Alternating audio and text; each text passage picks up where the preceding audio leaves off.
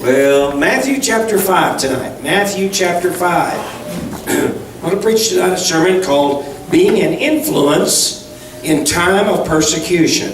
Been looking at persecution the last few sermons, looking at how we are to handle it, what we're to do when it happens. Tonight I want to look into the idea of being an influence.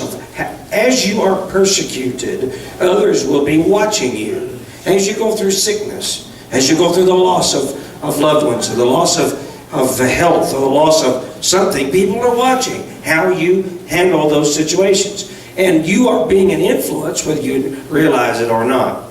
Someone once said that the best way to know if your faith is real is to have it tested and see how it responds. You know, we think we have faith. We may think, well, I've got a great faith, but until it's truly tested, you don't know how good it is, or you don't know how strong it is. It's like the guy who was always bragging that he was a servant. I mean, he said, my spiritual gift is servanthood, and that's what I do, is I serve other people. And he said that so much, and he kept saying that a long, long time, until somebody started treating him like a servant. See, and so once he realized that they were treating him like a servant, he thought, well, maybe I'm not such a servant after all. Persecution will test our faith.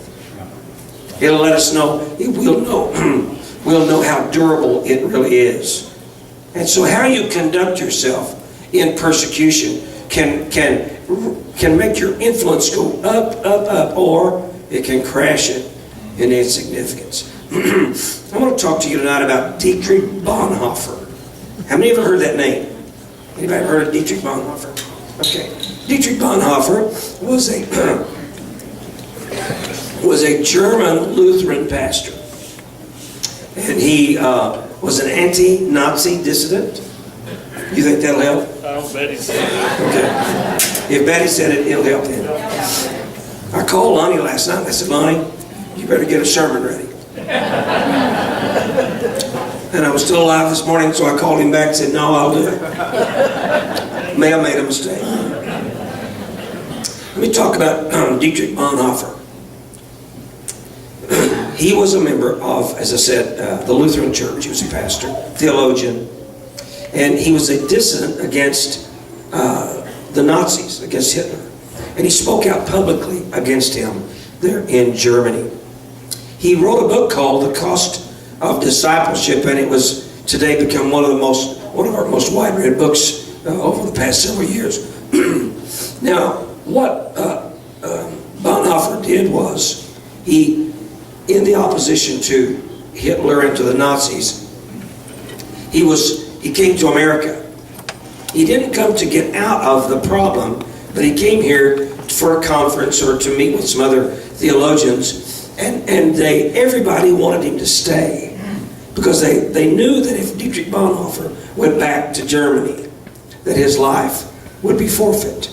But Dietrich said he felt in his heart that God wanted him to go back. He said, how can I teach and preach to the people in Germany after the war is over if I've written it out in America? So he went back. And as we all know the story, he was hanged for his faith. He had to pay for it with his life. But his life influenced millions of people. And he had to stand for the right, no matter what the cost. Now, let me say to you that the heart of Jesus' message is being unfolded for his followers here in Matthew chapter 5. He's going to lay out the things he really wants them to know. Now, the real secret to influence is to whom are we doing our good works? What's our motivation? Why do we do what we do? And Jesus is going to look deep in that tonight, and he's going to ask us to dig deep into our own hearts and to see why we're doing what we're doing. You see, when one lives for Jesus, that kind of life influences everything it touches for generations to come. So how can I influence people with the goodness that comes from Christ.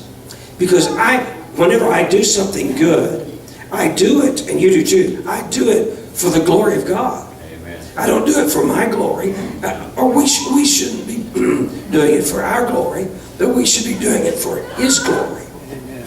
I apologize. This is painful to listen to. I'm sorry. But if you think it's hard to listen to, you ought to be on this side of it. Well, I'm going to disappoint you, or maybe make you real happy tonight, because I can't do this. This is simply not going to work. Let me just briefly kind of run over it, and then we're going to have to quit. We're talking about the salt of the earth tonight. Where Jesus told us, He said, you are the salt of the earth. Yeah. What does that really mean? Salt is a mineral, isn't it? It makes things taste and come back to life. Have you ever eaten a bowl of beans without salt on it? I mean, you want the salt shaker. Last fall, Lonnie and I butchered some pigs, and we rubbed salt on the bacons and rubbed salt on the hams, and you know, they tell us, we don't know for a fact, you gonna do this? Nope. Okay. They tell us for a fact that a well-cured ham will last 2 years without refrigeration. And see, that's what salt does. It preserves stuff. Now, what we have to realize is that you and I, are the salt of the earth. We're here to preserve this place. And can I be honest? It's kind of going and rotting all around us. It is. We need to apply our salt. We need to take Christ right back into our world. Now, there are consequences that come when we don't use our salt. Jesus said here, but if the salt loses its saltiness, how can it be made salty again? In fact, He said it can't be made salty again. It's good for nothing. Now, has anybody ever called you good for nothing? Well, so we have to realize that if we lose our saltiness, if we stop being what Christ put us here to be, then what good are we? What good are we? What have we accomplished? Matthew says, and whoever receives one such child in my name receives me. But whoever causes one of these little ones who believes in me to stumble, it would be better for him to have a heavy millstone hung around his neck and to be drowned in the depth of the sea. It's a dangerous thing when we misuse our influence. So tonight I want to challenge you to stand up for Jesus. Now, you see, we influence folks when we don't even realize we're doing it. Sometimes we can get geared up and put on a good front and put on an influence. But how do we influence the most in our homes? It's when we're relaxed, how we react when we're at home. It's important, and our testimony is important wherever we are. Okay. You can be I apologize. This is painful for you, I'm sure. You can be a blessing or a curse. The decision is up to you. You can salt your world or let it go dark. I say, let's salt it. Let's turn the light on. Let's be that city on a hill that shines and lights our world today. Would you pray with me?